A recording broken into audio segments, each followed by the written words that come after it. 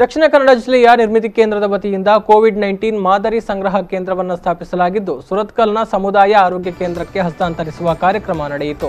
ಮಂಗಳೂರು ನಗರ ಉತ್ತರ ವಿಧಾನಸಭಾ ಕ್ಷೇತ್ರದ ಶಾಸಕ ಡಾಕ್ಟರ್ ವೈ ಭರತ್ ಶೆಟ್ಟಿ ಅವರು ಸುರತ್ಕಲ್ ಸಮುದಾಯ ಆರೋಗ್ಯ ಕೇಂದ್ರಕ್ಕೆ ಈ ಒಂದು ಕಿಯೋಸ್ಕ್ ಅನ್ನು ಹಸ್ತಾಂತರಿಸಿ ಮಾತನಾಡಿದರು. ದಕ್ಷಿಣ ಕನ್ನಡ ಜಿಲ್ಲೆಯ ನಿರ್ಮಿತಿ ಕೇಂದ್ರದವರು ಕಿಯೋಸ್ಕ್ನ 10 ಯೂನಿಟ್ಗಳನ್ನು ತಮ್ಮ ಸೇವಿಂಗ್ಸ್ ಫಂಡ್ನಿಂದ ನಮ್ಮ ಜಿಲ್ಲೆಗೆ ಕೊಟ್ಟಿದ್ದಾರೆ. ನಿರ್ಮಿತಿ ಕೇಂದ್ರದ ಈ ಸೇವೆಗೆ ಜಿಲ್ಲೆಯ ಪರವಾಗಿ ಅಭಿನಂದನೆಗಳನ್ನು ಅರ್ಪಿಸುತ್ತೇನೆ ಅಂತ ಹೇಳಿದರು.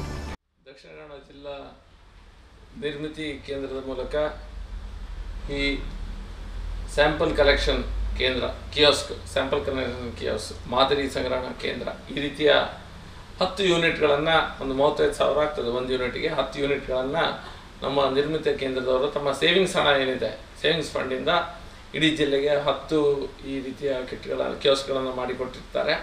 ಪ್ರತಿಯೊಂದು ವಿಧಾನಸಭಾ ಕ್ಷೇತ್ರಕ್ಕೆ ಒಂದರ ಲೆಕ್ಕದಲ್ಲಿ ವಿಟ್ಲದಲ್ಲಿ ಮತ್ತು ಮುಲ್ಕಿಯಲ್ಲಿ ಒಂದು ಎಕ್ಸ್ಟ್ರಾವನ್ನು ಕೊಟ್ಟಿರ್ತಾರೆ. DC ಇವರ ಹತ್ರ ಕೋರಿಕೊಂಡ ಕ್ಷಣ ನಿರ್ಮಿತಿ ಕೇಂದ್ರದವರು ಇಮಿಡಿಯೇಟ್ ಆಗಿ ಈ ಮಾದರಿ ಸಂಗ್ರಹಣಾ ಕೇಂದ್ರವನ್ನು ಮಾಡಿಕೊಟ್ಟಿರ್ತಾರೆ. ಇವರಿಗೆ, ನಿರ್ಮಿತಿ ಕೇಂದ್ರದವರಿಗೆ ದಕ್ಷಿಣ ಕನ್ನಡ ಜಿಲ್ಲೆಯ ಜನತೆ ಪರವಾಗಿ ನಾನು ಧನ್ಯವಾದಗಳನ್ನು ಅರ್ಪಿಸಲಿಕ್ಕೆ. ಸಂದರ್ಭದಲ್ಲಿ ದಕ್ಷಿಣ ಕನ್ನಡ ಜಿಲ್ಲಾ ನಿರ್ಮಿತಿ ಕೇಂದ್ರದ ರಾಜೇಂದ್ರ ಕಲ್ಬಾವಿ ಸಹಿತ ಅನೇಕ ಪ್ರಮುಖರು ಜೊತೆಗಿದ್ದರು.